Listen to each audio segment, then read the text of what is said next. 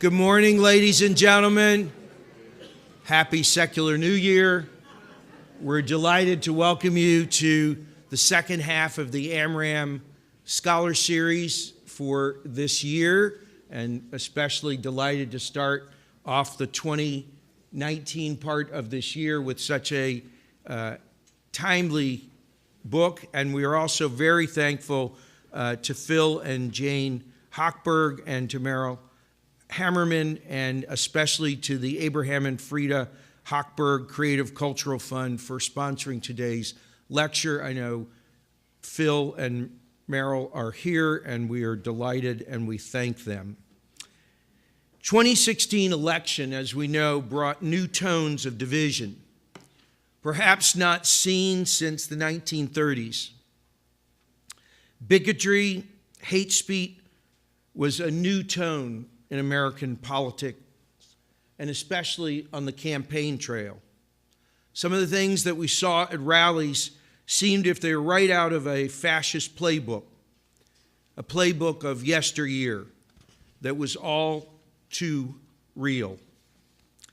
And seemingly no one could hide behind any civility, nor could, after a while, Jews hide behind the comfort of assimilation. Once the alt-right had been unleashed, things began to change. This morning we will hear from Jonathan Weisman, the deputy editor of the Washington Bureau of the New York Times.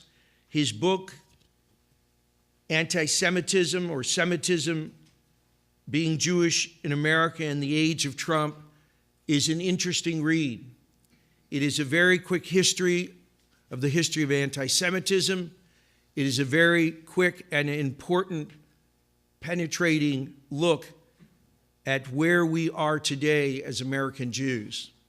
But more important, he asks incredible questions, questions of how should we respond, and is this new, and what should be done. Without further ado, it is my honor and privilege to bring you Jonathan Weisman as our speaker.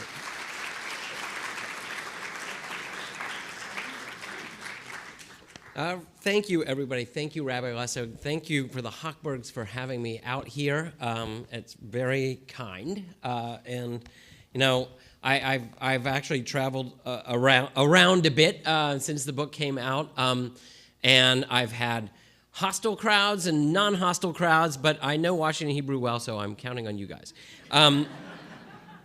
So I apologize, I suppose. I'm a member of Temple Micah, and that does raise that old joke about the Jewish guy who was marooned on an island in the Pacific, and he finally is rescued, and the rescuers say, "Well, come on, get on the boat," and he says, "Well, let me show you around first."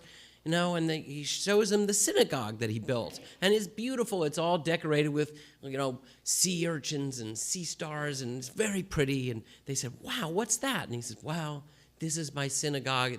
I call it Washington Hebrew Congregation for, you know, my old shul back in Washington." And they look over, and there's another one, and it's the exact same thing. It's got all sorts of beautiful adornments and seaweed and stuff, and they say, "What's that?" And he says, "That's Temple Micah. I would never step foot in that." But I actually have a long history at Washington Hebrew. In fact, I sent my elder daughter Hannah here for preschool when she was just 2. She is a freshman at Vassar now, so you launched her well. I've thrown breadcrumbs into the pond for Tashlit. I've actually sat around on logs out in homestead farms talking about Tikkun Olam before picking apples. So I know you guys well, and I appreciate you being here. But before we talk about like what's right in the world and with the Jewish community, I actually want to read you an email that I got just actually a couple of weeks ago now, because it freshens things up. This is what this person said to me. She said, "Hello, I am a Christian Gentile that has been a huge supporter of Israel and the Jewish people all over the world. Because of their role in the Bible, I held them in high esteem. I have never had a Jewish friend or spent much time with Jews, but that really didn't matter. What I see now is a concentrated effort by some in the Jewish community in America and Israel to replace white Americans with people of color from other countries. I've done extensive research on this, and it is real and frightening. Lots of fear out there right now. Many people are waking up to what is happening. I am not associated with any people who are violent, and I think that we can find a way to a nonviolent solution to this problem. And then she lays out her bill of particulars. Number one, Jews need to stop advocating for mass illegal immigration and mass refugee resettlements. We ask why here, but not Israel. Number two, Jews need to provide reimbursement to the U.S. Treasury for all the wars we have fought on behalf of Jewish interests. Reparations to America for the manipulation of us to pay and die for your wars. Number three, cease and desist and apologize for Jewish attacks on Christians and our churches. Jews are not victims. We know what has been going on. This is not the 1920s and 30s Germany. We can work this out peacefully. No violence, just becoming aware and stop doing these things that are destroying America. God bless you, Lauren. God bless you. We can work this out peacefully or not. So where is this coming from, this new brand of white nationalism? So look around this audience. Your own efforts at Washington Hebrew are helping to feed this. Tikkun Olam, social justice, welcoming the stranger. These concepts that we hold so close, especially in Reform Judaism, have been twisted into this nefarious provocation of hatred. All of this takes me back, believe it or not, to 1885. Jews had been in this country for actually more than 200 years, but it was still a young country, and the young Jewish community gathered in, of all places, Pittsburgh to talk about the future of an American Judaism.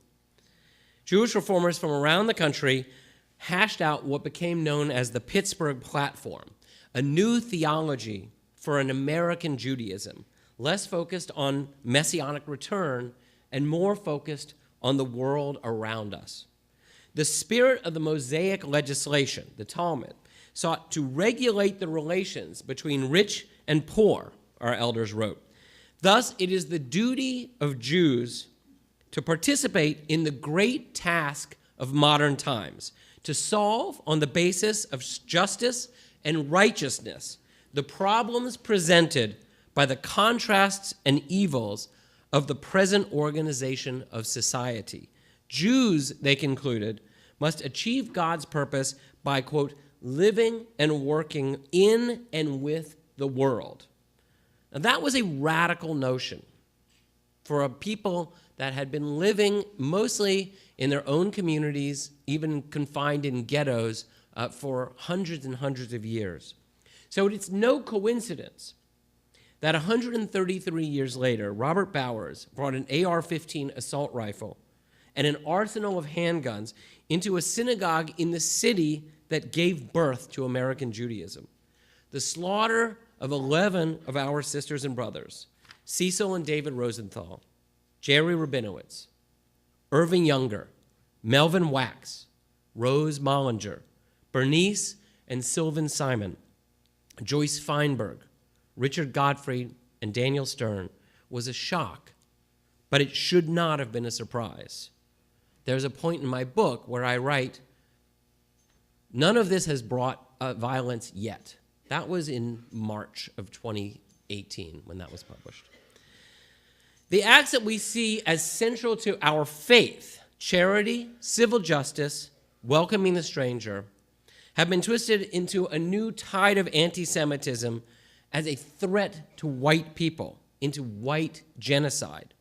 The hatred is so deep, so angry, so visceral, and if you're on the internet, so prevalent. It seemed to me that violence was inevitable. because we can work this out peacefully or not. Most of my life, I didn't think much about all of this. I was raised in a moderately Jewish household in Atlanta. I went to a very reformed synagogue called The Temple, where I was bar mitzvahed without the encumbrance of a Haftorah portion. I still messed up the prayer after the reading of the Torah portion. I thought it was normal that my shul had an electric arc, and when the door opened, light shot out. It was very dramatic. We had a Christian choir that was behind a set of curtains to make them sound all the more angelic. I went off to college, and my only interaction with Hillel was a very heated argument my senior year with the rabbi over the two-state solution versus the Canton solution. But I'm not going to get into that much because, as I say in my book, Jews argue way too much about Israel. And so when my two daughters were born, as I said, the first went to Washington Hebrew for preschool, they weren't actually raised that Jewish. High Holy Day services, Passover at Grandma's and Zadie's, as a grandma and Zadie, because my grandmother came from the Upper West Side, and my Zadie, or their Zadie, came from Queens. So it was... Now, my younger daughter, Alyssa, did demand and get a Jewish education. That was more her doing than mine. Bat mitzvah, the whole BBG thing, she wanted me to tell you that. I say none of this with particular pride and maybe a little shame, but my point is this. I was a pretty typical Jew of my generation and not particularly Jewish at all. As Rabbi Lustig said, assimilation will not hide you. In May of 2016, Donald Trump was kind of marauding through the Republican primaries. There was this notion that some deus ex machina was going to swoop down and block him from the Republican nomination, but obviously that didn't happen. Robert Kagan, a Brookings Institution scholar, a conservative and a Jew, wrote a piece for the Washington Post called "This is How Fascism Comes to America." And as I do a lot, I just took a little bit of it, put it onto Twitter, and sent it out into the world. And I got a note back saying, "Hello, Weisman." This guy call himself Cyber Trump. "Hello, Weisman." That was it. But Weisman was in these three parentheses. And having a Jewish-sounding name, I kind of intuited that this must be some kind of anti-Semitic code. So I said, "Care to explain?" And Cyber Trump came back to me and he said, "What ho the vaunted Ashkenazi intelligence, ha, ha, ha. It's a dog whistle, fool, belling the cat for my fellow Goyim." And then the onslaught began. So let me explain what belling the cat meant, which I only learned later.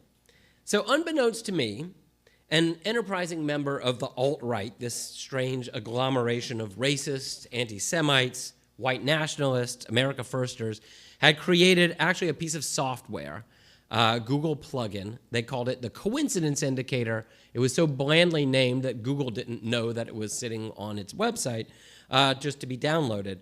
But if you download it, you get to do something that other people don't. I didn't know this now, but until later, but you can't actually use a Google search to look for punctuation marks. But if you have the coincidence indicator, you can search for one particular set of punctuation marks, these three parentheses. So a leader of the alt-right, say in this case, Andrew Anglin, who is the editor-in-chief of the Daily Stormer, he could pick out a Jew, and in the 2016 campaign, it was usually a Jewish journalist, mark him or her with what they call the echoes, and let their minions go and search and destroy. And when I say search and destroy, I'll give you some idea, but I mean, you're talking about thousands and thousands of messages coming in. I think the Anti-Defamation League actually tabulated it, and I think I got something like 15,000 messages on Twitter, on Facebook. They start leaching into your emails as they start going into your voicemails, and it's a very concentrated effort to scare the heck out of you. I'm just going to give you some little idea.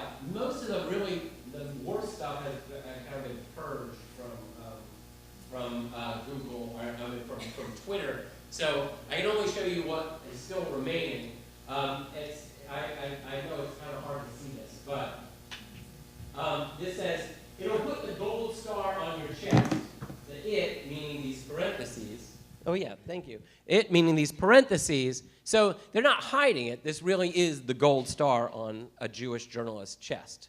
I put this one up there, but just give you a sense of, on Twitter, you don't. On Twitter, you can use any name you want. On Facebook, you're supposed to use your own name. Now, you can kind of lie, but you're supposed to actually have a plausible name.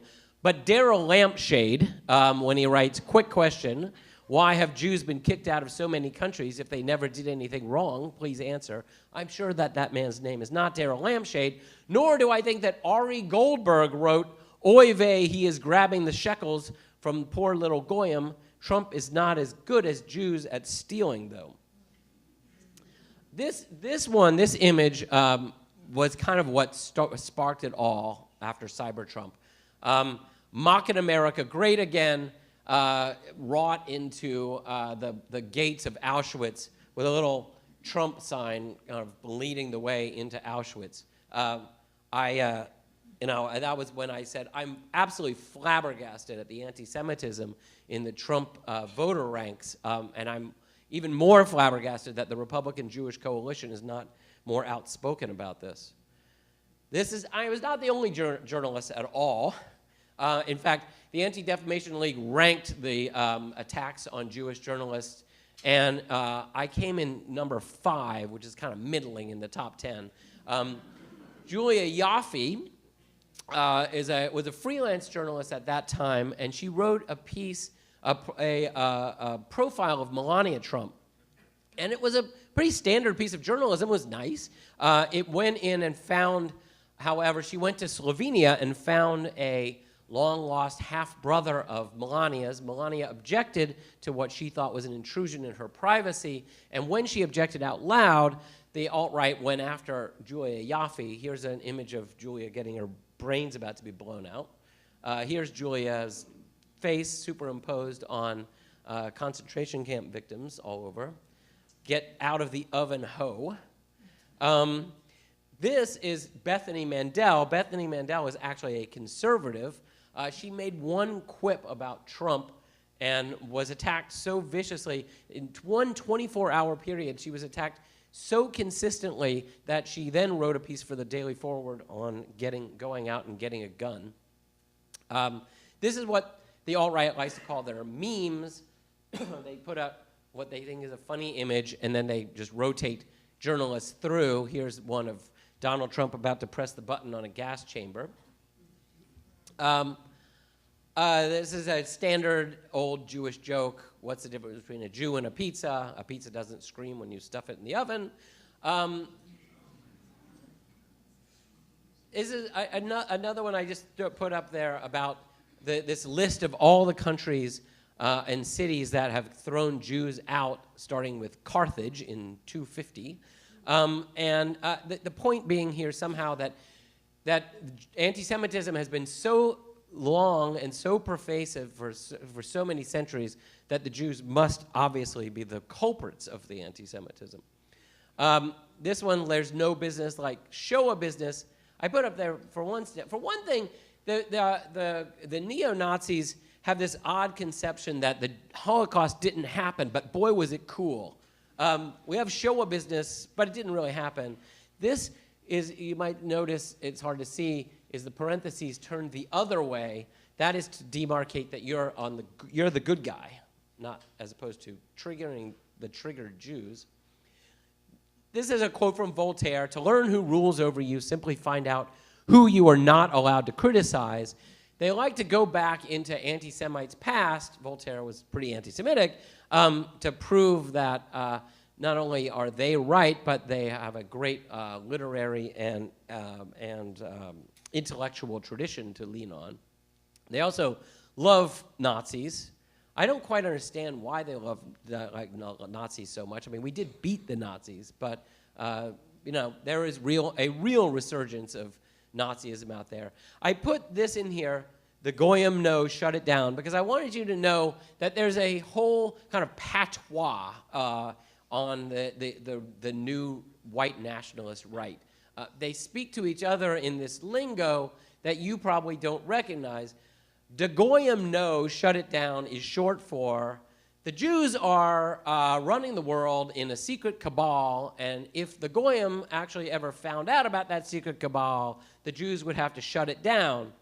Now, last year there was a pro-Trump rally in Huntington Beach, California, in which a group of anti-Trump people came, and it started this melee on the beach. And it made some news, not a lot of news, but some news. And I was looking at images, pictures of this melee on the beach, and there was a guy there holding a big piece of poster board that said, "De goyim no." Now, I looked at that. I knew exactly who that guy was. That guy was a member of the alt-right, an anti-Semite from the alt-right. Now, most people who saw that "De goyim no" would have absolutely no clue what he was talking about. But he was sending that signal to his fellow alt-righters around the country to signal, yep, now we're in Huntington Beach, folks. Now, as I said, this isn't something that has stopped. These swarms move on. Emily Bazelon, who's a colleague and a friend of mine, who's at the New York Times Magazine, wrote a piece on how white people are becoming more aware of white privilege. And I remember reading it and thought, oh, Emily, you've got it coming. And I was right, because she touched a third rail of sorts, because, you see, to the white nationalists, Jews are not white. And Emily has a sufficiently Jewish name, so they went after her viciously. Here's Emily Bazelon. Oy vey, the goyim didn't fall for my subversion. Better claim to be a fellow white again before it's another 6 gorillion holla-hoax. 6 gorillion holla-hoax. They think they're cute, too. Jews aren't white. And you have to go back. Oh, actually, I put this one in there because unlike like the kind of new anti-Semitism in Europe, the right-wing anti-Semitism in the United States is actually quite pro-Israel. They're quite Zionist because they see Israel as what they call an ethno-state. Every group should have an ethno-state. They say we're not racist. We don't hate black people. We just think they should all live in Africa. We don't hate Latinos. They have their place. They should live in Central America or South America. We're not anti-Semitic at all. The Jews actually have a state. They should just leave us alone and go back to Israel. That's where they belong. So, in fact, they actually kind of relish Zionism as a model for everyone else. That the United States should be a white nation, and that everybody who is not on their white list should just find their own state. So this is Temple Micah. In the book, I took note that in the 1990s, I remember, I think it was the 90s, all the synagogues in the whole country had these vinyl banners that said, "Remember Darfur." Remember that? It was "Remember Darfur." And then, suddenly, at some point, all those banners disappeared, and the next banners were "We Stand with Israel." And I wrote in the book, given the current circumstance, maybe we should replace the banners again with "We Stand Against Hate." And Rabbi Zemel, the chief rabbi at the Temple Micah, took me up on that. He said, "You got to come and see." And so I went to go see. Indeed, had done that. So I'll just leave you with that note. So going back to where I am. I was asked during all this onslaught whether I was scared, whether I, like Bethany Mandel, had gone and bought a gun. I actually called Bethany. I talked to her, and she said, "You live in Washington, D.C.? You're never going to get a gun."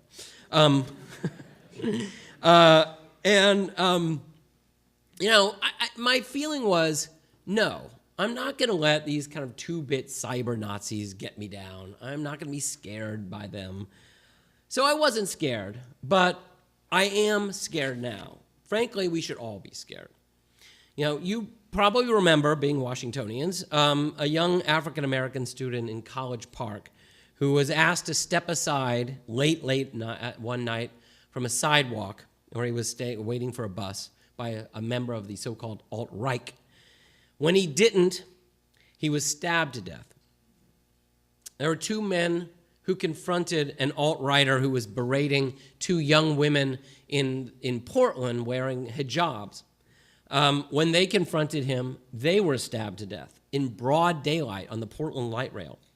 You certainly remember Heather Heyer, the anti-racism protester who was mowed down by a Dodge Challenger at the Unite the Right rally in Charlottesville. He was just sentenced to life in prison. And somehow still, Pittsburgh was a shock.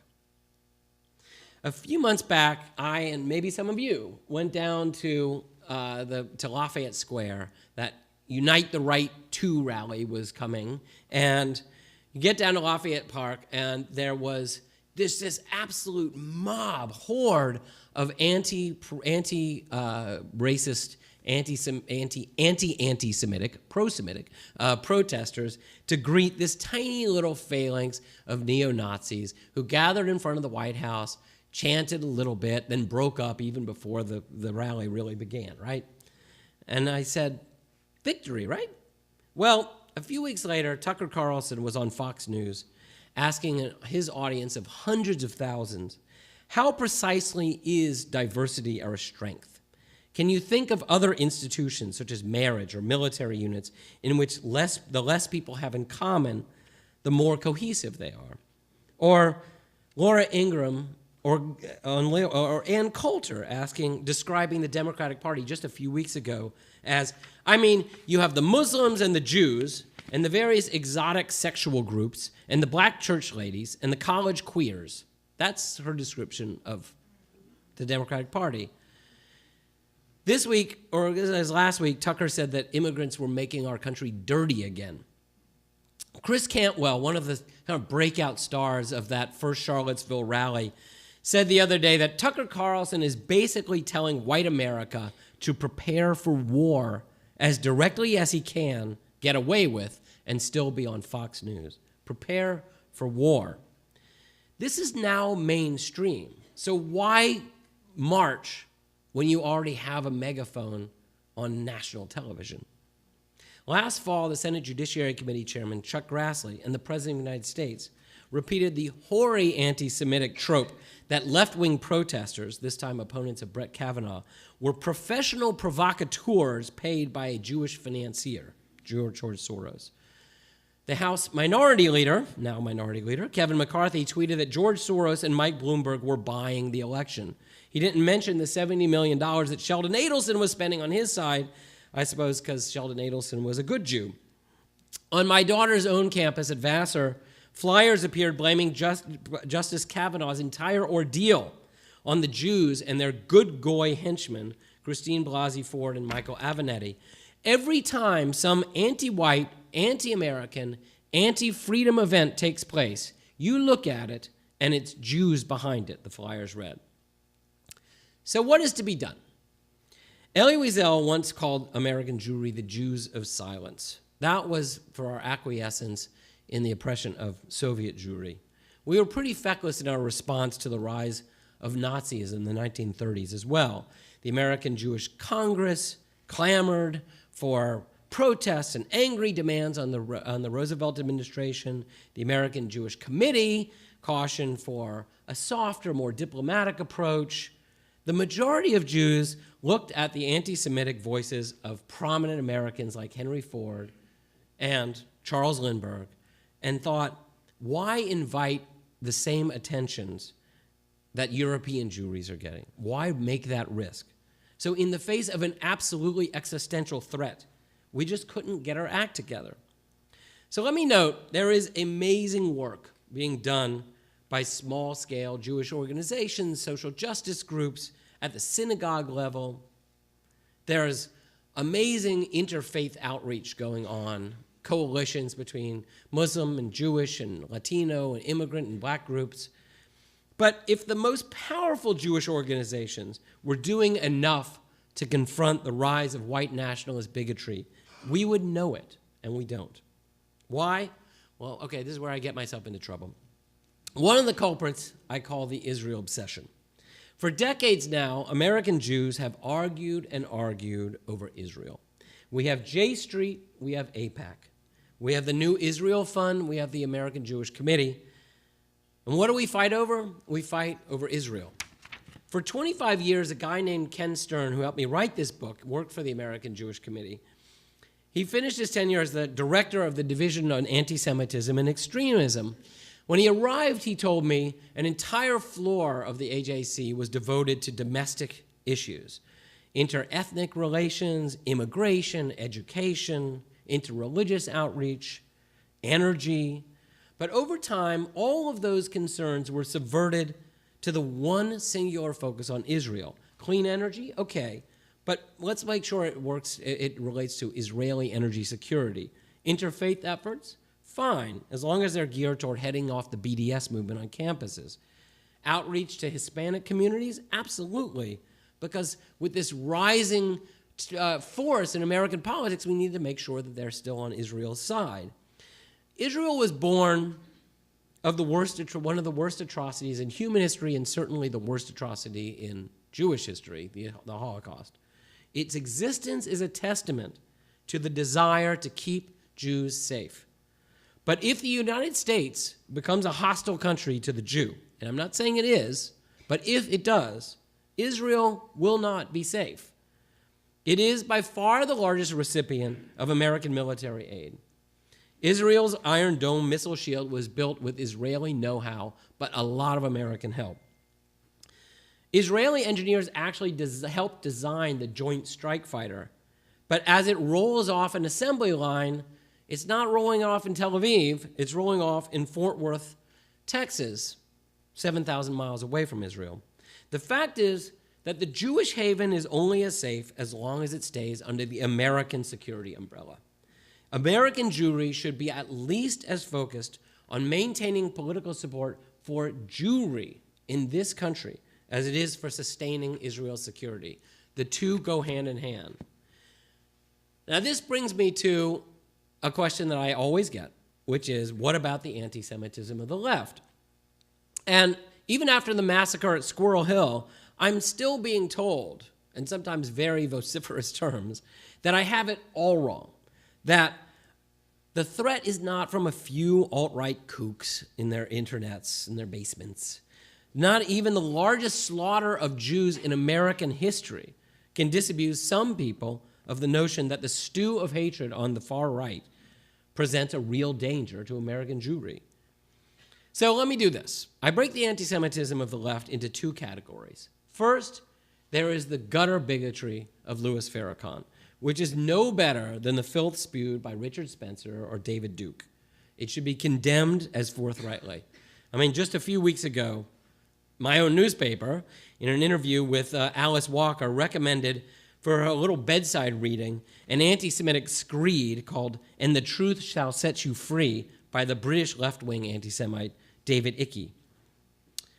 But in assessing threats, we have to consider where power is rising.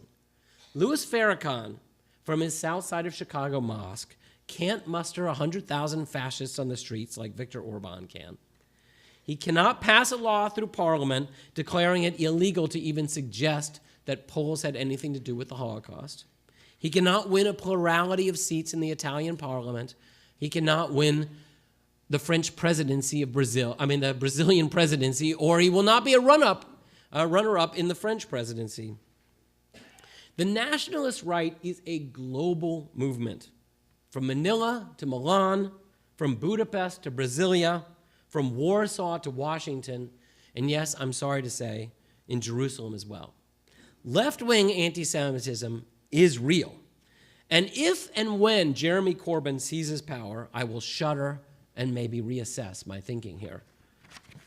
But right-wing nationalist bigotry is here already. So then there's the rise of the BDS movement. Boycott, divest, sanctions. And this broader power of anti-Zionism. Certainly, the anti-Zionist movement on college campuses can stray into intolerance, can make Jewish students feel uncomfortable, even hated in their own campuses. And some of the anti-Israel sentiments in Europe especially in Britain's Labour Party, echo the ancient strains of anti-Semitism on that continent. Holding Jews everywhere responsible for the actions of the Israeli government is collective punishment. It's no different from if I was to hold some random Muslim guy responsible for the death of Jamal Khashoggi. If I did that, you'd call me a racist. So what's the difference between collective punishment being rained down on Jewish students on their campus? There is no difference. That said, I want to tell you about my stepdaughter, Hannah, a sophomore at Barnard right now. She was bat mitzvahed at Micah, confirmed. She loves being Jewish. She is very Jewish identified. She is not very pro-Israel. Young Jews of her generation did not grow up knowing Labour and Likud. They don't remember Camp David or the Oslo Accords or the assassination of Rabin. They don't see Israel as a dynamic democracy that goes from left to right to center to left to right to center. They know Likud, and they don't like it. If you want to call Hannah an anti-Semite, you can do that. It's your right. She won't listen to you, though. If you want to engage her in policy discussions, which I do all the time, the need for Israel to exist, she will listen. But calling her an anti-Semite will get you nowhere. And if that's your version of the anti-Semitic left, I'm sorry. It's not going to help you. If we make Judaism, by definition, the support of the government in Jerusalem at the moment, if that's our definition of what it means to be a Jew, then a lot of young Jews will make a choice. If they're told, embrace Israel or walk, I'm sorry to say that a lot of them will walk. We need to give young Jews the space to find a Jewish identity outside of Zionism. I'm sorry to say that, and it pains me to say that. I simply also don't believe that the fights that we see going on college campuses are equivalent to the threat of a self-radicalized man like Robert Bowers, stewing in hate as they obsess over Jewish orchestrators of their own demise, white genocide. We need to give everyone space here, and we need to see where power is rising. As I was writing this book, I had lunch with Micah's chief rabbi, Dan Zemmel. Being Jewish, we had lunch for like 3 hours. And he talked about Shabbat services, probably the same at Washington Hebrew. The Shabbat service is right after Trump's election. The congregation came in en masse. It was like a high holy day service. People piled into the synagogue. They were shell-shocked. They were looking for support. They were looking for answers. And the scene repeated itself the weekend of Trump's inauguration. But 6 miles away, on the evening of December 14, 2016, the Conference of Presidents of major American Jewish organizations gathered for a Hanukkah party at the Trump International Hotel. Mort Klein, the head of the Zionist Organization of America, which is one member of the council, blasted the far left extremists who were objecting to the sight of this august Jewish umbrella organization partying in the Lincoln Library of the Trump Hotel. It would have been terribly unwise for this conference to have pulled out and say, we don't want to have this in the Trump Hotel. If the Trump people became aware of that, they would have been offended. That was just weeks after the Trump campaign aired its final closing ad that inveighed against global special interests as the Jewish faces of Lloyd Blankfein, Janet Yellen, and George Soros crossed the screen. As Rabbi Zemmel said, let's face it, the American Jewish community has been abandoned by its leaders. I want to be clear about this one thing. I am not saying that the Jewish response to rising anti-Semitism and alt-right bigotry should be the uniform adoption of left-wing politics. Some of the most articulate and passionate denunciations of our drift toward intolerant authoritarianism have come from conservative Republicans, especially conservative Jews, people like Bill Kristol, Max Boot, Bret Stephens, and the late Charles Krauthammer. The defense of American institutions, such lefty concepts as the Constitution, the rule of law, law enforcement, intelligence agencies. These are not Republican or Democratic endeavors. There's a certain line that neither party is supposed to cross: bigotry, racism, authoritarianism. That's not liberal or conservative. That's America. So what am I calling for? I'm asking for a little boldness for American Jews in the public square. I've heard a lot of rabbis tell me, we can't jeopardize our nonprofit exemption. Sotto voce, they'll say, 90% of the congregation agrees with you, but 10% don't, and a lot of those are our biggest donors. Since my book was published, I've spoken around the country in Los Angeles, San Francisco, New York, Chicago, Boston, Columbus, Ohio, the Hamptons, that was fun, Rhode Island, even Montreal. I'll be in Seattle next week and Pittsburgh in March, I hope. I've not been invited to a Jewish book festival or cultural event south of the Mason-Dixon line. In my own home city of Atlanta, which is featured so prominently in this book and has the largest Southern Jewish book festival, I didn't get invited. And I was told, why? Because its biggest beneficiary is a guy named Bernie Marcus, the co-founder of Home Depot, and he didn't like the book. Remarkably enough, calling out anti-Semitism in the age of Trump is considered too controversial, where powerful members of the community are Trump supporters.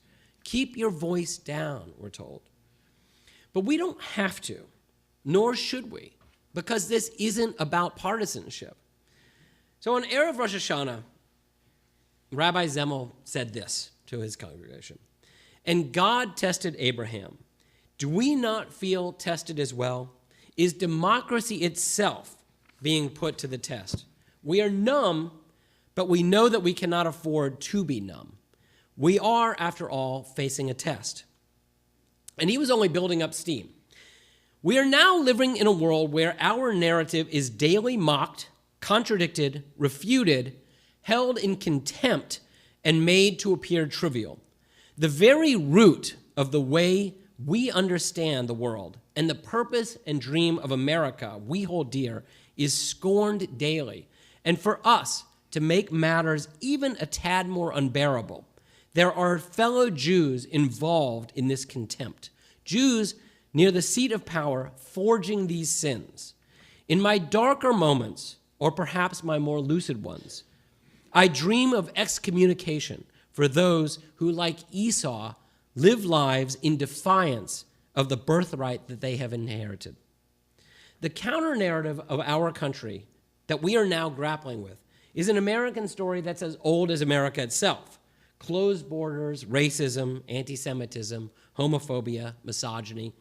The FBI reported last month that hate crimes in the United States jumped 17% in 2017, with a 37% spike in crimes targeted at Jews and Jewish institutions. Religion-based hate crimes jumped 23%, and of the 1,564 religion-based crimes reported in 2017, that was the highest number since 9/11. And attacks on Jews accounted for 60% of those religion-based hate crimes, 60%, by far the highest of any targeted religious group. But we are all in this together. During the heat of the 2016 campaign, anti-Semitic assaults rose 34%, according to the Anti-Defamation League. But that was more than matched by attacks on American Muslims, which rose nearly twice that much. So let me go back and conclude with my own childhood here. As I told you earlier, I was a congregant at one of the oldest synagogues in Atlanta, the Temple. Remarkably, it was only when I was doing the research for this book that I found out that Atlanta's most famous Jew, Leo Frank, was a member of my congregation. I went to religious school, I was bar mitzvahed, I was confirmed, and no one ever said Leo Frank was a member of this congregation. After Leo Frank was hauled out of his cell in the Georgia State Prison Farm in Milledgeville by some of the most prominent citizens of Greater Atlanta, dragged to a grove near Fry's Gin on the outskirts of Marietta, then strung up with a rope supplied by a former Cobb County sheriff, half of the Jewish population of Atlanta disappeared. They just left. The other half hid. The rabbi of the temple banned chuppah weddings. In fact, that was when he went across the street to the Peachtree Christian Church and recruited the choir that still stands behind the curtain. In Chicago and New York, Leo Frank's lynching heralded the real beginnings of the Anti-Defamation League. In the city where it happened, it heralded the rebirth of the Ku Klux Klan. The perpetrators of the crime took their snapshots in front of the corpse, traveled to Stone Mountain, Greater Atlanta's great monument to the Confederacy, and burned a cross. Yet for my own synagogue, the lynching of a congregant was not a moment of resistance, but one of fear. But jump forward to October 12th, 1958, when white supremacists calling themselves the Confederate Underground exploded 50 sticks of dynamite in a recessed doorway at the temple. This time, there was no mass exodus of Jews from Atlanta, no hiding of Jewish ritual. Rabbi Jacob Rothschild then gave a sermon called "And None Shall Make Them Afraid." And Ralph McGill, the editor of the Atlanta Constitution, wrote the words of a re-emergent citizen of the world, where identity is both universal and non-existent. You cannot preach and encourage hate for the Negro and hope to restrict it to that field. When the wolves of hate are loosed on one people, then no one is safe. Pittsburgh. I want to close with Rabbi Zemmel's words on High Holy Days because he says it a lot better than me. He offered this prayer.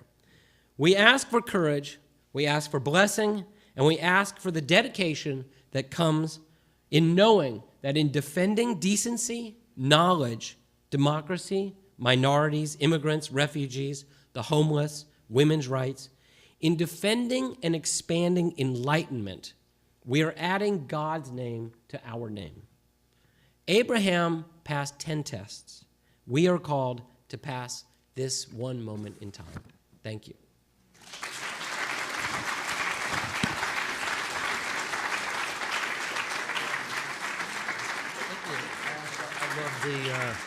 I still like the Hertzberg piece at the end. That's right. So we'll get to questions in a moment. There's much to talk about and brilliantly done. I want to call for a moment before we begin our questions upon Leslie Maitland, our chair of the Amram Scholar Series, to tell you a little bit about what's coming up in February and March. Leslie?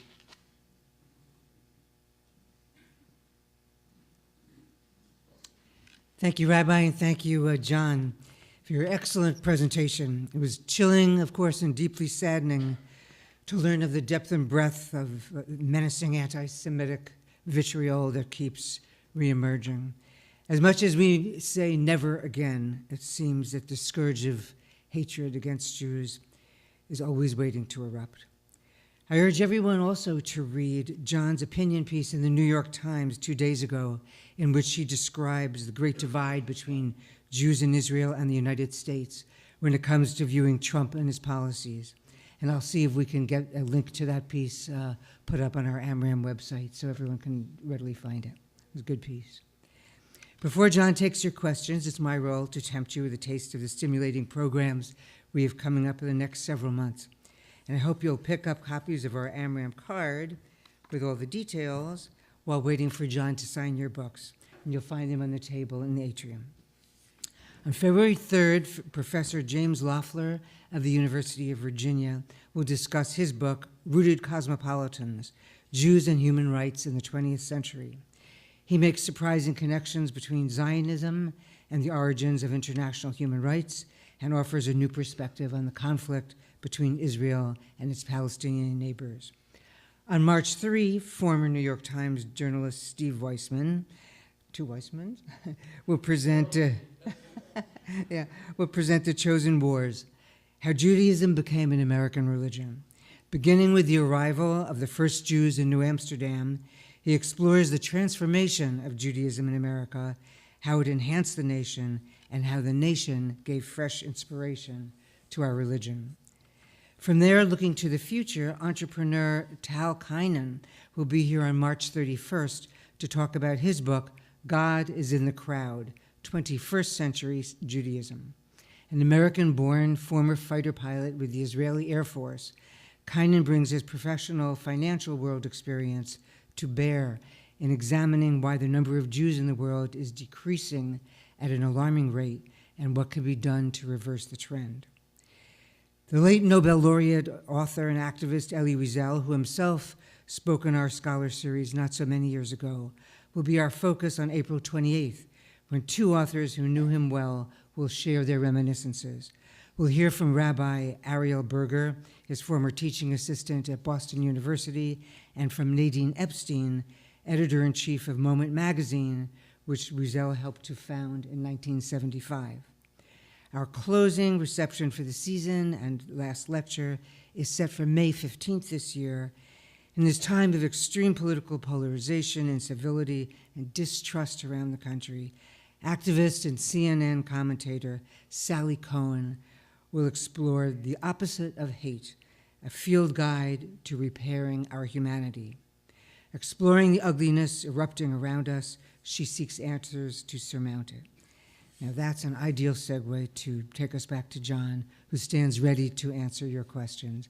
And this time we will have a mic circulating in the audience so that people can ask their own questions. Start off with the question. Zach, go ahead. Wait, let me.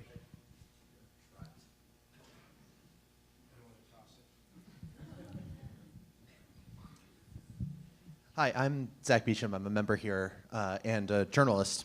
Like John, I'm at Vox. And I want to tell the audience first, however bad John made it out to sound, it's worse. After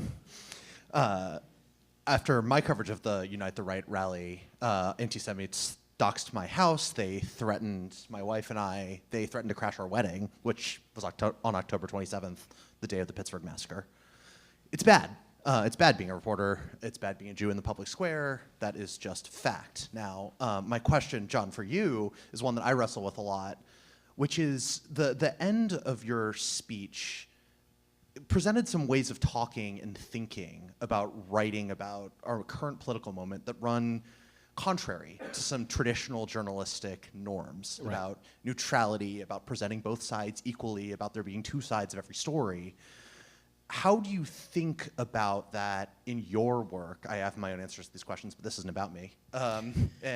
In covering an issue where there's really only one side. It's a great question because it's really difficult. I always feel like I'm pushing the envelope and I'm waiting for the boom to fall on me, but it never seems to. So I remember when my book came out in galleys, I went up to New York and I went to Dean Baquet, the executive editor of the Times, and I said, Dean, you probably should read this book before it comes out because I want to know if you're going to fire me. And he said, well, what's it about? And I said, look, it's about, I am not calling Trump an anti-Semite, but it's about the rise of anti-Semitism and bigotry in the wake of the Trump movement. And he said, well, who would question that? He didn't seem to think that that was a partisan statement.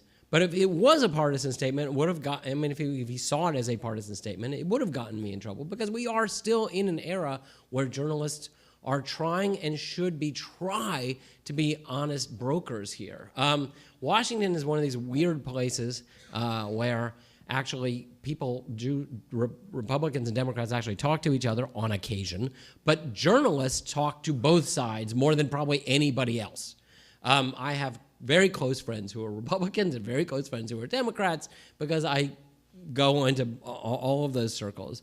And I have to keep saying, when I said in the talk that this is not a partisan issue, I say that all the time. Whenever I give a talk, whenever I give an interview, they'll say, what do you want to make sure gets into this broadcast? And I would say, make sure you say that this is not a partisan issue, that these are about American institutions that we at one time at least all thought we all embraced. And if one of the political parties is ready to renounce the concept of pluralism and democracy and acceptance, then we'll have crossed a threshold. But so far, no one is willing to do that. Even Donald Trump isn't willing to say, hey, I'm a racist. So we can say racism is not acceptable in the political sphere.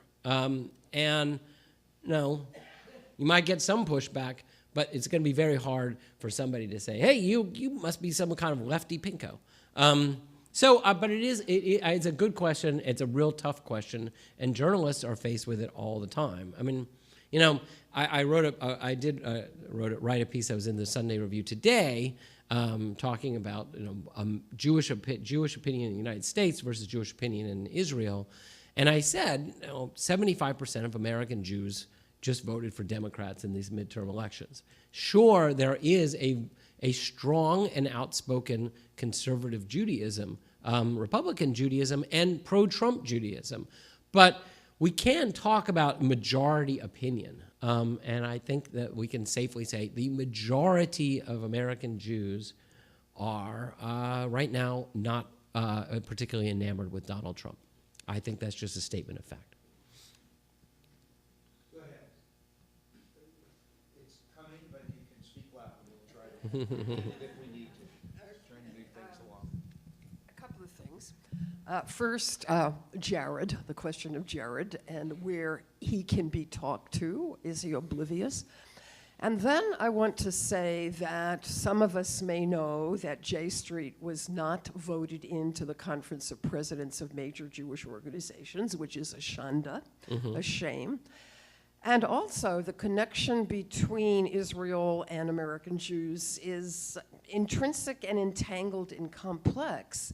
And there's no reason why the words of breaking the silence cannot be heard. And people boycott that. And then the last thing is local Jewish journalism. Many cities in America have local papers. We have the Washington Jewish Week here. It might not be a bad idea if they can speak out to intimidation, not from the alt-right, but from groups like Kopma, which when J Street comes, or the New Israel Fund, they threaten people who come. There are a whole lot of pieces here that need to be addressed. I'd love your views. I mean, as I say, American Jewry is so riven by the issue of Israel. It drives me nuts. Now, I usually I give these talks and I say, we talk about Israel too much, and we always end up talking about Israel. So, I mean, it's at this point I've stopped worrying about talking about Israel too much because it's just not possible to. I mean, the idea. This is what I actually was trying to make the point in the piece today. The idea that there are these vibrant voices from all sides in Israel and the United States is kind of misleading. I mean, the fact is, right now, the voices of the nationalist right in Israel are dominant, and I'm not sure. And although we can all go to Israel and meet with very liberal organizations, I'm not sure that will be reflective of the reality of the body politic in Israel. We will see. We have an election coming up, but I do not believe that election. And nor I've not spoken to any Israeli who thinks that the center left or the left has any chance in that election. I mean, it's just not. That is not the case. The idea that same kind of that somehow that kind of intolerance is coming to the United States. It infuriates me because what is the Council of Major American Jewish Organizations afraid of? I mean, right now, the National Council of Major American Jewish Organizations is dominated not just by the big mainline organizations like AIPAC and the American Jewish Committee, but by very small and very loud organizations like Camera, which attacked me this weekend, and I can't even remember what it stands for, something about media in the Middle East, and the Zionist Organization of America. So it's getting disheartening, and I feel like in some ways American Judaism, the voice of the predominant voice of conservative and Reform Judaism has to now come from the synagogues and from smaller organizations, because the mainline Jewish organizations just are not really listening to other voices at this point. About what? Oh, Jared. Yeah, Jared Kushner. I quoted Rabbi Zemmel about the voice about Jews near the seat of power. I think he was fairly clear. He was probably talking about Jared Kushner and Stephen Miller, an old colleague of mine. I've known him for years and years and years. Look, Jared Kushner. I remember going to I had a swing through the Hamptons. And I went to actually a Reform synagogue in East Hampton called the Jewish Center, and I was yelled at there for being a self-hating Jew. I went to an Orthodox synagogue in West Hampton Beach and was screamed at for like 3 hours. There is a vibrant Jewish voice on the right in this country, but I want to say Jared Kushner, everyone seems to think that Jared Kushner is somehow like a leavening voice in the administration. But come on, I know that his politics, and his politics are not your politics. When I was at that synagogue in East Hampton, one of the guys who called me a self-hating Jew and asked if I look in the mirror in the morning, then came up, and as I was having a conversation with the rabbi afterwards, and he said, "I have a joke for you." And the rabbi said, "Am I going to like this joke?" He said, "Yeah, you'll like it." And he said, "Am I going to be offended?" He said, "You won't be offended." And his joke was, "What's the difference between a Reform Jew and Donald Trump?" The answer was, Donald Trump will have Jewish grandchildren. And the rabbi exploded. He had just steam shooting out of his ears. And he actually threw the guy out of the synagogue at that point. But, we have to prove them wrong, right? We have to show, and I think we will, that the dominant voice of American Judaism, the Reform and conservative movements, are not going to die. The Orthodox may have us on fertility, but we won't necessarily just cede the public square to them. What do you make of the Brazilian effort to move its embassy to Jerusalem? The question is, what do I make of the Brazilian effort to move the? Look, what we've seen in the 2 years of the Trump presidency is that small gestures can curry great favor with President Trump. And how hard it wasn't hard for the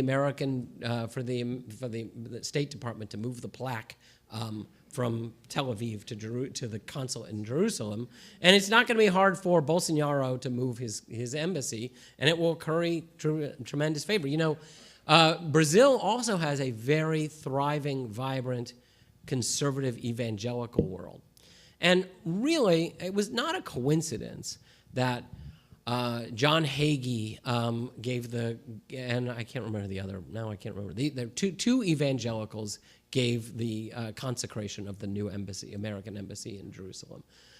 The fact of the matter is that there are very prominent voices in Israel, in the Israeli government, that don't really care much about the views of Reform and conservative Judaism in the United States, because they know that evangelical Christians dwarf us in size and power, and that if they have the Orthodox Judaism aligned with the evangelicals, then they have an ecumenical, interreligious base for Likud politics in the United States. So Bolsonaro is reflective of the right-wing nationalist movements that's sweeping this country, sweeping this world, and it's an odd thing. The Marine Le Pen, whose father Jean Le Pen was a flagrant, blatant neo-Nazi anti-Semite, has been courting the Jewish vote in Israel, in France, and has been courting the Netanyahu government. There is a sense that kind of anti-immigrant nationalism trumps age-old bigotry. And I'm not meaning to name drop because I don't have a lot of names to drop. But I was having breakfast a few weeks ago with Bernard-Henri Levy, and he talked about this. He talked about that the dirty offer to Judaism right now from the far right, that the far right is trying to make a deal with Jews that we will back Zionism if you back us. And ultimately, he made the case that is a devil's bargain that will come back to haunt us if we decide that that's the deal we're going to make. So that's what I have to say about Bolsonaro.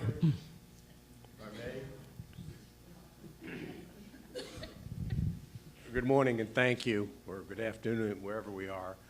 Let me see if my understanding of evangelicals' rationale for support of Judaism is anywhere correct. My understanding being that upon the time of the end of days, something called the rapture will arise, and in the rapture, all the non-Christians, to wit, Jews, will perish, and those who are there after the rapture will be, so to speak, reborn. Right. And the ingathering of the Jews to Zion is, according to the book of Revelations, a prelude to the return of the Messiah and the beginning of the end of time. So there is for theological reasons, they have every reason to want us all to go to Israel and to back Israel as a Jewish state. This is a theological decision, and American Jewry in general, has made common cause. And I'm not saying it's wrong. Frankly, I don't think it's necessarily a bad thing for American Jews to get support from evangelicals or for to have a Jewish state. But you just have to understand the motivations on all sides and recognize it before you sign on the dotted line. I'm confused as to where I feel so outnumbered. And you speak about these large voices coming from scary places. Where do you see our voice if it's not, how do we express it? We're sitting here talking to ourselves. No one's going to walk away thinking, oh, this guy's got his head wedged. No. But where do we go from here? And many of us, the vast majority of us, are grandparents. We've got these little guys we're raising to love being Jewish and to be identified as being Jewish. And the 9-year-olds are listening to the news now, and we've got some really serious dialogues to go. So where's our voice? I think I know our message, but how do we get it out of our dining room table and out of our synagogue? I mean, this question always comes and it always vexes me because, first of all, I'm a journalist. I'm not an activist. I can't go tell you to go protest at the White House. But I can tell you this. I can say this. When Jews get together and shout anti-Semitism, or when Muslims get together and shout Islamophobia, or when LGBT community shouts homophobia, or when blacks get together and shout racism, there tends to be a response that you're making too much of it, you're self-interested, you're whining, by the parlance of the alt-right, you're a bunch of snowflakes complaining.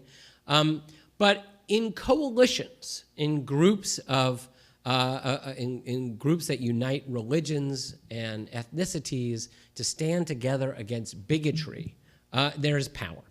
I remember I was in New York being interviewed at BuzzFeed by a young Muslim man, and he said he goes to Friday prayers and Saturday prayers, Friday. Anyway, I should know that. And they get to the mosque, and there are always Jews there. He always marvels that there's always Jews there, because they're like Jews standing up for the right of Muslims to pray. And he thinks that that's the greatest thing in the world. It's like completely changed his views of Judaism. And I think that there are gestures, large and small, to be made, but it involves leaving our own communities, our own synagogues, and reaching out to the wider world.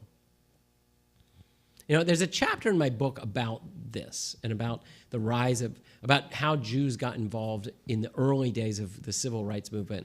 And I just encourage you to read it because I talk about this quite a bit. In the interim, I want to ask you a quick question. You've spoken a bit about two things that might be viewed as diametrically opposed. One is this isolation of those that we don't agree with, Danny's desire for excommunication, which in some ways is just us doing the same thing of marginalizing the people that we feel are marginalizing us. So the question is, if we're going to build coalitions, and I think you wisely have recognized, and your latest piece is brilliant, wisely recognize the trajectory in which we're going, where the issues of Israel are going to have to be put on the back burner in order to build the type of coalitions for self-preservation.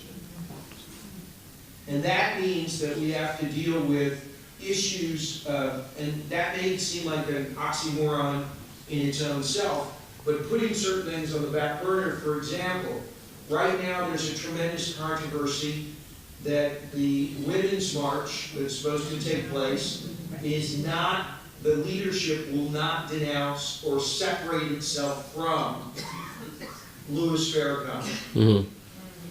And these are problematic. The same sort of things happen on Vassar, on so many university campuses in which the BDS movement takes the same stances that they will not give in and therefore marginalize. So the question I go back to somewhat, not in the same way that Zach asked about journalism, but as Jews. At what point standing up for ourselves and marginalizing ourselves by not sitting at the table, right, creates or actually forces us into.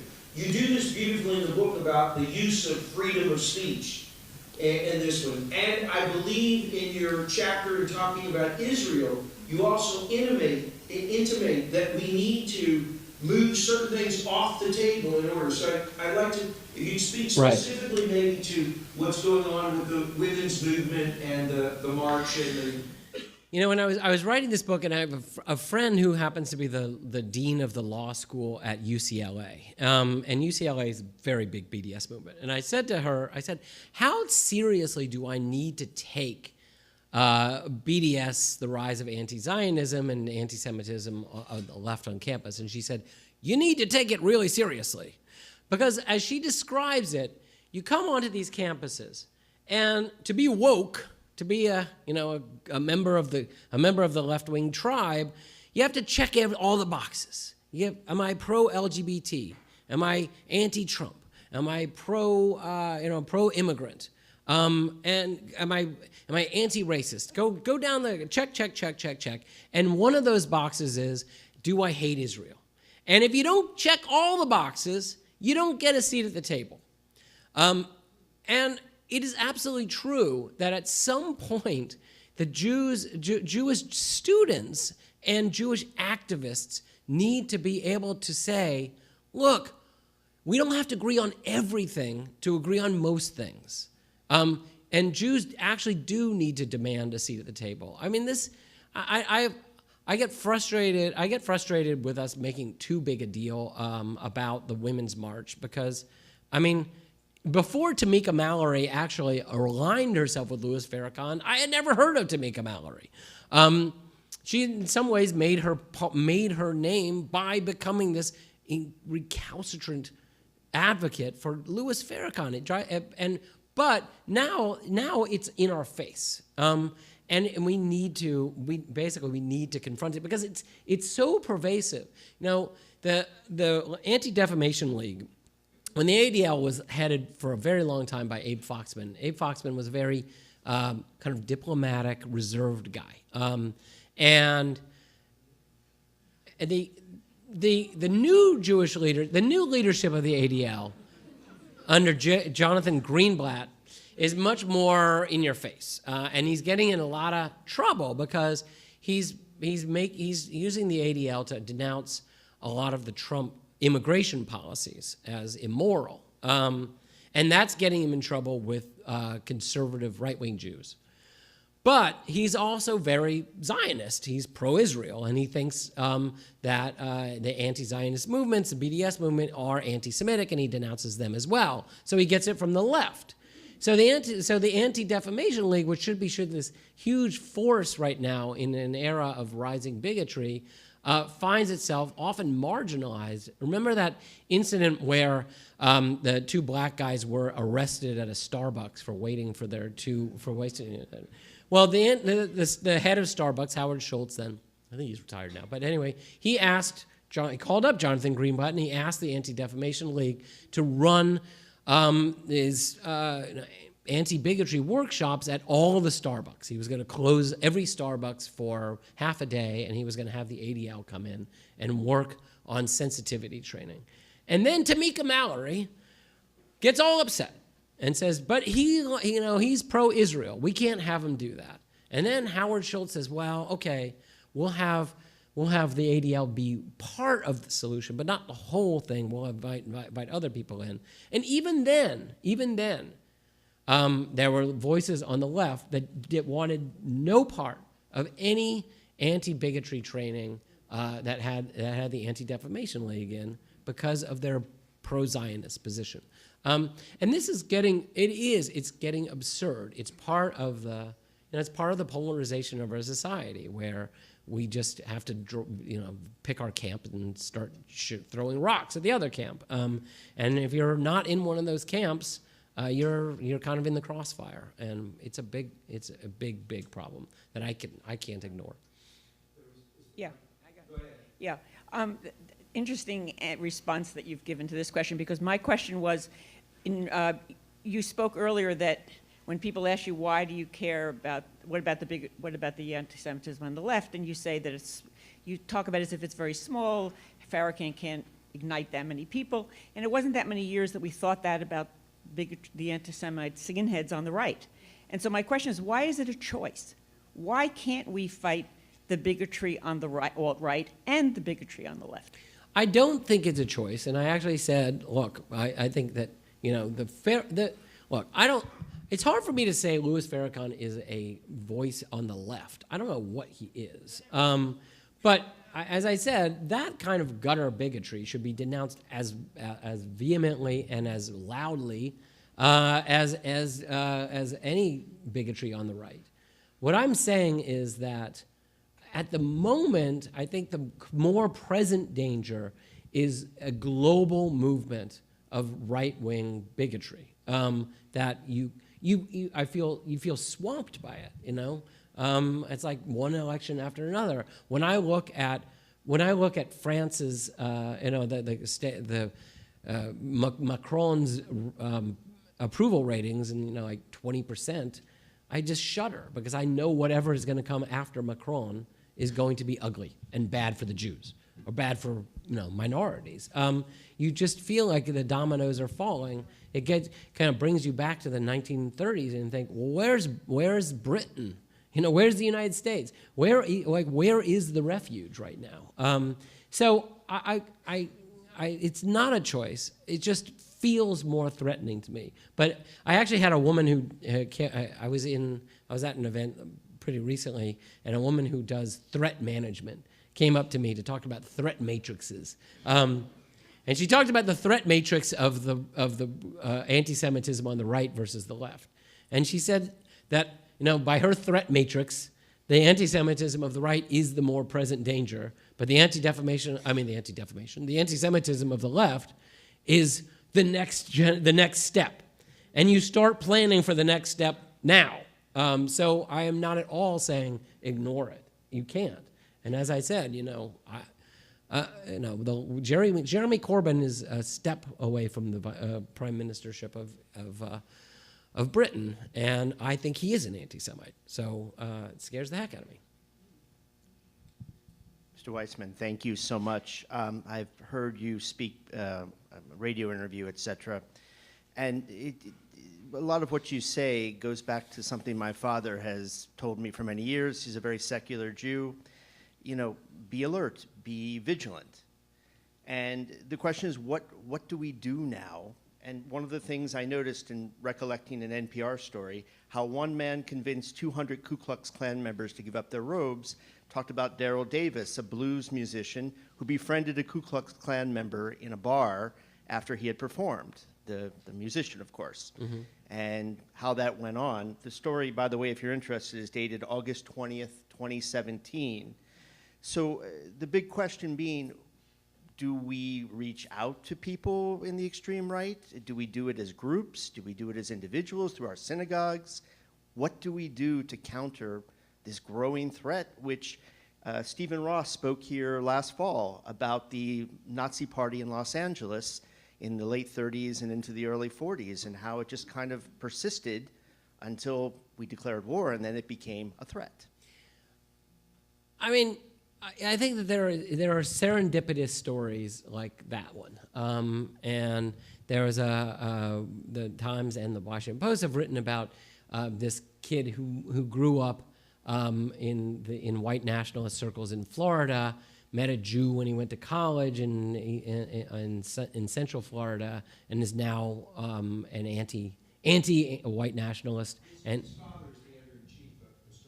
yes, right. His father is the editor-in-chief of the Storm. He was it's an amazing story, and but I give him, I put more responsibility on him to reach out to his past brethren than I put on you to reach out to some random neo-Nazi. I mean, I've actually tried to engage. I read that email from Lauren at the beginning. I actually reached out to her. And I asked, and we had gotten this long conversation about where she gets her information, why she thinks these things, and in the end, it got me nowhere. You know, mostly if I reach out to them, they just like mock me. You know, they love it. Actually, they love it when Jews reach out to them, because then they just kind of like just go to town. So my personal experience is it's not easy. You know, not everybody has got the dynamism of a blues musician, and not every Klansman is willing to listen to you. But you know, more power to you if you have that. But also be very, very careful, because I mean, these people will come and get you. I mean, as you said, they'll dox you. You know, Emily, I was lucky. Emily Bazelon, who wrote that essay on white privilege, she was doxxed as well. She had her address and her picture of her house in New Haven put all over the internet. Basically, an invitation to go get her. These are dangerous times, and they're not just, you know, some nuts in their mother's basement. They're organized. What was so shocking about learning about the coincidence indicator and the whole three parentheses thing is how organized it was. That it wasn't just kind of atomized kids in the basement. That they are actually organized. And I know I should be letting you guys talk, but also I just want to tell you one story about when I was writing this book. One of my daughters told me about this guy PewDiePie. How many of you know who PewDiePie is? All right, a few hands go up. So PewDiePie is actually the most famous YouTuber in the world. He's a guy, he's Swedish, and he's silly, and he makes a lot of jokes. And he did this episode where he went on this website called Fiverr, in which you could, for $5, basically pay anybody to do anything in the world. And he had this silly routine where he said he had got these two Indian guys to go on a secret mission. And the two Indian guys, he's uploading a video of these two Indian guys. He say, "Oh, did they do what I asked them to? Oh, I can't believe this. Can't wait." And then he shows the video of these two young Indian guys dancing in some place. And they unfurl a banner, and the banner says, "Death to all Jews." Now, for literally millions, I'm not talking about thousands, millions of young men, boys, 14-year-old boys, who love PewDiePie, millions saw the phrase "death to all Jews" for the first time when PewDiePie did that. It's not, it used to be that you had to go to the Daily Stormer to see this kind of stuff. But they're learning to put this out into areas that are easily accessible to anyone. And that's how ideology is spread, not by Googling the Daily Stormer, but by just stumbling into it. And it's out there now. So we want to take a moment to thank you for not only doing this, but for the book. I believe that your piece that you end with Rabbi Hertzberg is a very good piece. I encourage you to read this book. But I more encourage you for what Jonathan, I believe, has stumbled and so many have. And that is that sometimes that we not only, and I do believe Rabbi Zemel has said this, and in many ways you have, we should not only stand up as Jews, but we should be standing up for the integrity that we need for journalism to be journalism today. Because we're actually walking down a primrose path. The primrose path is that we only talk about Jews being singled out as journalists. We ought to be talking about mostly what's happening to journalism, because they're getting us to look the other way to do this. In the same way that the institutions are looking at Israel, that you talk about, takes our eye off the ball about talking about what do we want American or what do we want identity to be for our next generation. So this is a really great book, and it's an important book because I think the chapters that are most interesting are your self-revealing chapters about how distant you have become to Judaism, and how in many ways, and we ought to think about this, how irrelevant to your life and to your work it seemed to have been until someone called it to your attention. Yes. And made you realize that core to who you were and who you are and who you want to be are the very things that you learned in that very Reformed synagogue, like I grew up in the original The Temple in Nashville, Tennessee. And they complained to those in Atlanta who stole our name. And Cleveland did it later on. And it was clear because we were uncomfortable with being Jews. And now we're very comfortable with who we are in America, but we're still not comfortable with being Jews.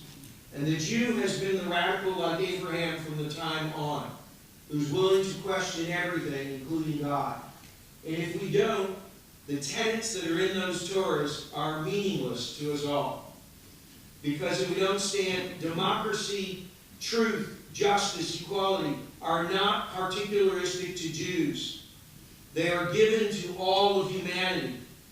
And we're given the tools to give those opportunities to all.